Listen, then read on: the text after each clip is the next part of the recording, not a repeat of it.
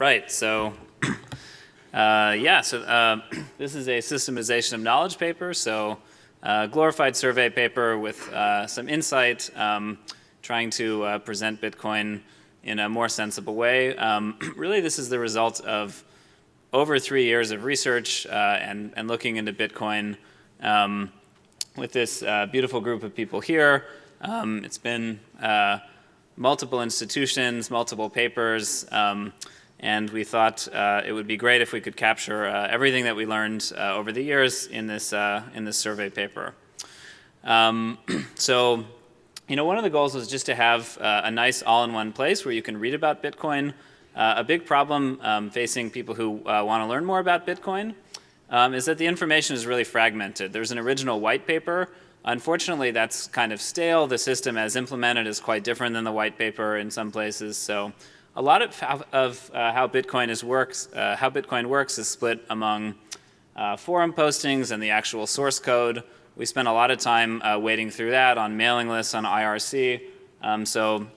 Hopefully, to make it easier to get into Bitcoin, we have a nice white paper with academic terminology and tables with circles and half filled in circles like you expect in any good SoK. But more exciting, and what I'll be talking about today, is some of the open research challenges that we highlighted in the paper. So with that, I should warn that this unfortunately won't be a completely self-contained talk. 16 minutes is really not enough time to explain all of how Bitcoin works. We have also, as a result of this, put together an online course. We're writing a textbook. Bitcoin is a fairly deep topic. It takes a while to get up to speed. So for the purposes of this talk, I'm just going to dive in into the exciting open research and hope that everybody has some passing familiarity with Bitcoin. So one of the things that we found when, in the course of years of dialogue with the Bitcoin community, developers and people running Bitcoin businesses, sometimes there's a little bit of a difference in language and culture between academia and the Bitcoin community. So sometimes you'll sort of hear from people working on Bitcoin, portrayed by this code monkey here, that they're not too interested in what academics have to say. They sort of feel like this was, invented outside of academia and grew to be a working system with almost no attention or insight. So they're, sometimes they can be wary of academics trampling in and saying, now I'm gonna tell you how to make this system better that really, was developed outside of the academic literature. And from the Bitcoin community's perspective, sometimes they see academics represented by this professor dog here, kind of wandering in and saying, oh, Bitcoin is a bunch of old stuff. We really developed these ideas a long time ago. We knew how to do cryptocurrency and Byzantine consensus. So there's nothing exciting, nothing new for us to do here, and this isn't really worthy of our time. So obviously I'm going to tell you I think that both of these perspectives are wrong, and it would be nice if we had better dialogue where academics respect that there's really a lot of cool new stuff in Bitcoin, and the developer community realizes that academia has a lot to contribute. There's a lot of open problems that more academic theory could really help with. So why should we care about Bitcoin at all? It's certainly impacting the world. I think that point is indisputable now. There's over $3 billion of value just in Bitcoin alone, not to mention all of the other cryptocurrencies. It is being used by real things. It's not just being used for criminal transactions. Don't be thrown by the fact that the 3 Bitcoin talks were thrown into the cybercrime session at Oakland. It is a real thing. There's a real economy. So your Bitcoin research can really impact quite a lot of people. And if that's not enough to move you, if you're not one to care about practical impact, it's fascinating on its own sake from a research perspective. There's really cool open questions, and it's really advanced our understanding of what's possible with security and with crypto. The other thing that we hear sometimes from other academics is Bitcoin a fad? Is it sort of a waste of time for us to be researching this thing that might tank, might go away? So I certainly don't want to argue that we know for some certainty that Bitcoin will be around forever, that it will really exist in 2140 when the last Bitcoin is scheduled to be mined. But I'd argue that even if Bitcoin itself, and there's a lot of ways that Bitcoin could die, but even if Bitcoin itself dies, the analogy is kind of like the Apollo 1 or early spacecraft, where if we look at them now, they look sort of outdated. We're not launching spacecraft that look exactly like this anymore. But it led to a change of thinking. And even if that original spacecraft is not around anymore, a whole bunch of new, really exciting stuff came out of that, including famously Tang. So I think that even if Bitcoin itself doesn't prove to be the ultimate cryptocurrency that the entire world switches all finance over to, the post-Bitcoin era, if it exists, is going to be very different from the pre-Bitcoin era. I think it's very unlikely that we just decide that cryptocurrency was a bad idea and that we're not going to do it. It's almost certain now that cryptocurrency will be with us, and a lot of the ideas that we're developing researching Bitcoin are going to influence that forever. Okay, so diving into what we actually talk about in the paper.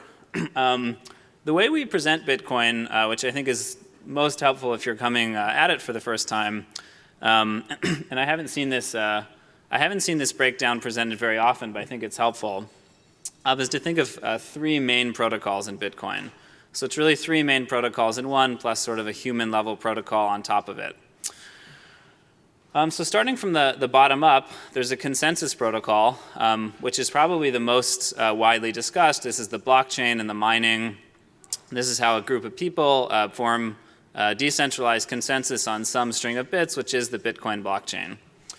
But sitting on top of that, for it to be actually useful, there's this transactions protocol by which we agree that the bits that are agreed to in that blockchain actually represent accounts and transfers between people and money and value. So that's where the scripts and all of the notions of smart contracts and a lot of that functionality of Bitcoin lives. And then probably the more ignored protocol of Bitcoin is the network protocol. There's a peer-to-peer network. This is how everybody shares the transactions and learns about blocks and new information within the system.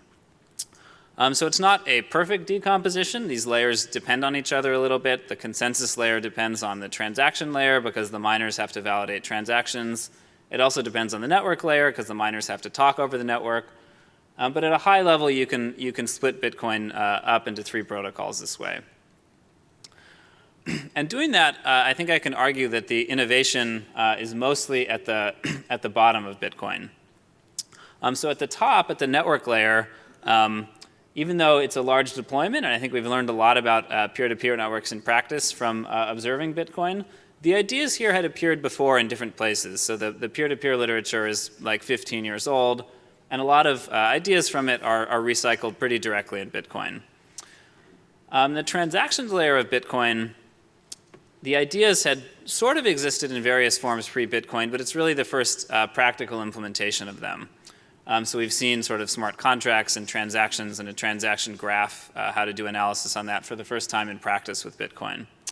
And at the bottom, the consensus layer is really a strong, sharp break from all of the previous academic literature on how to do distributed consensus. And I think it's worth asking, why did this big break? If you think the core innovation of Bitcoin is the consensus protocol there, why did it take until 2008? Because none of the technology, it's really just hash functions and simple cryptography. Why did it take until 2008? So I don't have the answer here, but I'll throw out the basic theories. One is just that the idea of having everybody store everything forever was considered implausible for a long time. And as the price of storage went down, this started to seem more reasonable until the mid-2000s when it really started to make sense. And now everybody has a laptop that's capable of storing the entire Bitcoin blockchain. The other argument is really just that it's a non-obvious solution, that from the academic perspective, cryptocurrency and Byzantine consensus were two distinct research topics, and nobody had thought about what if we tie the two together. The problem was sort of solved in the academic literature, but under very different assumptions. Okay, so I'll talk about some of the key research challenges. I'll again use that three-layer breakdown. And starting with the network layer, there's a lot of interesting papers both on the measurement side, how well is the Bitcoin network working, what are some tweaks we can make that might make it work better, and on the attack side, how can we mess with the network and how can we try and confuse people. one of the big research questions in practice is what would happen if one parameter in Bitcoin, the maximum size of a block, was changed. So it may sound like a very small point, but the Bitcoin community has basically been debating this for 2 years and are very nervous about making this change. And if we had a good theoretical understanding of how this network worked, we might have a better understanding that this is a safe change to make and that we could actually make the Bitcoin network handle a lot more transactions. And later on in this session, we'll see a perfect example of a great paper looking at a novel attack on the network layer in Bitcoin. At the transaction layer, most of the research is around enabling new kinds of functionality, either better privacy, new applications, new things we want to build on top of Bitcoin. And it comes at 2 levels. It's either altcoins or alternative currencies, where people want to create a new system with more rules in Bitcoin to allow more functionality. And there's also just a lot of cleverness in squeezing more interesting functionality out of what's already there in Bitcoin. And the evolution, the kind of the endpoint for that research is, can we have a cryptocurrency that actually has Turing-complete scripts? So any contract that we could write a program for is actually enforceable by the cryptocurrency. Completely open question. At the consensus layer, the research questions are in some sense more basic. In one sentence, the question is basically, does this work at all? It obviously works fairly well in practice, or at least it's worked in practice so far. But we'd like to have some theoretical understanding that this will remain stable in the long term, that the Bitcoin consensus algorithm will really continue to provide the properties that we want it to provide for Bitcoin to function as a currency. Again, we'll have another talk right after this one about the consensus layer and how mining pools work and how that might affect stability of Bitcoin's consensus protocol. But I'll dig in a little bit to give you, one moment of depth in this talk and try and talk about why this stability question for Bitcoin is a hard research challenge. So like I said, the goal is really to just say, what properties do we actually need this consensus algorithm to exhibit? What conditions are necessary for those properties to hold? And then, in the real world, when are those conditions actually going to be true? So if we could hit all 3 of these points, then we could argue, yes, Bitcoin will still, the system will still function long into the future. So there've been, there's no universal agreement on exactly what properties we need the consensus algorithm to satisfy. In the paper, we tried to synthesize a few different papers into 5 general properties here. But these are definitely not unambiguous. In particular, this correctness property, even though it sounds like correctness should be an absolute must-have, it turns out it's not a must-have for Bitcoin. You could have a cryptocurrency that doesn't have correctness. And I should qualify that and say correctness just means that anything that gets included in the blockchain is actually a valid transaction. It's actually fine if you drop that property. It's just a big efficiency hit. So it's normally included as a property that we really want to have. So the question really becomes, what assumptions do we need to make to prove that those properties hold? If you make some quite strong assumptions, then you can prove that they hold. So just for example, we have to assume the majority of miners are running the default protocol, not making any changes. The only thing that attackers care about is making a Bitcoin profit. They don't care about the actual real-world value of those Bitcoins. And we have to assume that that network layer basically works perfectly. And if you make all those assumptions, you can prove that 4 of the 5 properties I showed you hold. But it's actually not enough to ensure fairness. Fairness meaning that all of the miners who are participating in the protocol get rewarded equally to how much effort they actually put in. So if you want to prove fairness, you have to add an even stronger assumption, which is beyond even having a perfect network, but complete perfect information, so nobody has any private state at all. So these are quite strong. I think I don't need to spend too long convincing you that these assumptions don't hold true in practice. But that's the challenge, is how much can we weaken these assumptions and still say something interesting about Bitcoin's consensus algorithm providing some useful properties. Okay, so with my remaining few minutes, I'll do the slide where I throw a lot of stuff on one slide that you can't possibly read to try to argue that there's really a lot in the paper for you to go and read. But I'll just step through really quickly and wave my hands and say, all of the things that people would like to change about Bitcoin, making mining more egalitarian, maybe doing something useful with that mining, doing the mining in such a way that it doesn't burn any electricity. Maybe get rid of the mining completely. So those are just ideas that people are working hard on to try and make the consensus layer better. And then at the transaction layer, this is where everybody's dreaming about how much cool new stuff can we build? Can we have really strong absolute guarantees of privacy? Can we build cool new functionality like distributed PKI or DNS? Really smart contracts and property.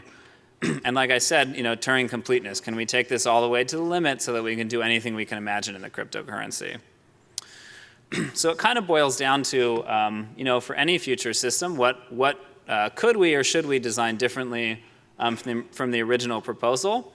And either the cool thing or the sad thing, depending on how you look at it, is that we really don't have any notion of what we would change from the original design. Sometimes in the Bitcoin community, there's just an assumption that the original protocol was just kind of nailed in one try by Satoshi. I think that's not quite right. And sometimes on the academic side, we say, well, we don't really have a strong theory saying any of this stuff really works, so we can't really make any design decision with too much confidence. So I'll leave you with, if I hadn't said it enough times, Bitcoin is a great research topic, so skip the rest of Oakland and just start researching Bitcoin now. It's that good. But seriously, I mean, your research will get out there. People have real hard problems that they're facing in practice. There's a lot of companies that want to implement your papers immediately, which is cool. And almost no matter what area of security research you're interested in, there's open problems. When I presented this research in Cambridge, my supervisor, Ross Anderson, he said that Bitcoin looks like a full employment act for security engineers, because we'll all be employed forever trying to do all the research that there is around Bitcoin. And finally, I'd say, given the opportunity, you should teach Bitcoin. I got to teach a course for undergrads and grad students at Princeton. I'll be doing the same at Stanford, and it's fantastic. The students love it. We told the students on day one, Bitcoin is really just a Trojan to get knowledge about crypto and other CS topics into your heads. They said that's not going to work, and it worked anyway. By the end of the class, we talked about everything from queuing theory to NP completeness, and it was awesome. So if anybody's interested in teaching Bitcoin, please come up to me, and I'd love to share some experience in teaching materials and stuff. And with that, I'll take a couple questions.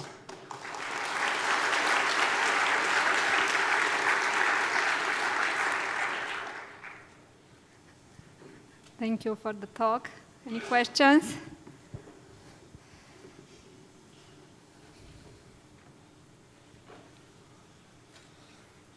Hi, I'm Ben Kreuter at Google. So it sounds like you're making progress towards a strong or a formalized definition of security for Bitcoin. Mm-hmm. So previous security definitions for like digital cash have been kind of strongly based on economic understandings of what money is, and Bitcoin kind of departs from those in a very significant way. Do you find that you guys are also working towards a sort of new definition of money as you do this, or are you focusing more on just the consensus aspects? Yeah, it's a good question. I mean, I think maybe the broader point is that when you try and study consensus, if you really try and model the whole world and weaken those assumptions, you get into reasoning about exchange rates, and you get into some heavy economic theory pretty quickly. We tried to limit the scope a little bit in the paper and just say, there's sort of this magic that happens where people agree that this currency is valuable, and assuming that people do that, we can reason about the security. So yeah, I mean, the broader SoK paper would include, if we wanted to get economists and behavioral psychologists involved, there's a lot of great topics about Bitcoin too. Didn't look at that quite as much in this work. Thank you. Any other questions? I have a question, if no other questions. So maybe we can comment on the consensus protocol in Bitcoin. How is it different than the traditional Byzantine consensus discussed in the academic literature for many years? What made this design different than everything else proposed so far? Sure. I mean, the high-level difference is that it's based on computational power to prevent against Sybil attacks. So there's no closed set of participants. The participant list is completely open and can change at any time. And you basically gain voting power in proportion to how much computational power you have. that's probably the biggest break in design setup from traditional Byzantine consensus. Okay, more questions? Yes. So it seems to me that Bitcoin is a way of encouraging people to steal energy, and it is, in a sense, immoral in that it purports to produce value out of nothing. Usually, when you say there's some value, you can find some value somewhere, but in Bitcoin there is none at all. So how does it work? So I think it's like I said at one point, one of the really interesting questions that a lot of people are working on and proposed designs in a couple different directions is, can you have Bitcoin-like consensus without mining, without burning any power? So a lot of people are working on that. They sort of seem to work, but we don't have the practical experience of them being as big as Bitcoin, so there might be attacks that we don't know about yet. But it seems like it is possible to do Bitcoin, to have a cryptocurrency with an open, decentralized consensus protocol without burning energy. And also there's the argument from the Bitcoin community that the total amount of energy that Bitcoin burns, which isn't known exactly, but it's somewhere in the low hundreds of megawatts. If you do a comparison to how much energy the banking system burns to mint coins and to drive currency around, there's some use of energy to achieve anything, including currency. So I guess I would challenge the notion that the energy is being wasted. If the 100 megawatts are being burned to enable a currency system that tens of millions of people are using, then the energy is actually being used for something. Okay, unfortunately we don't have time for additional questions. Let's thank the speaker again.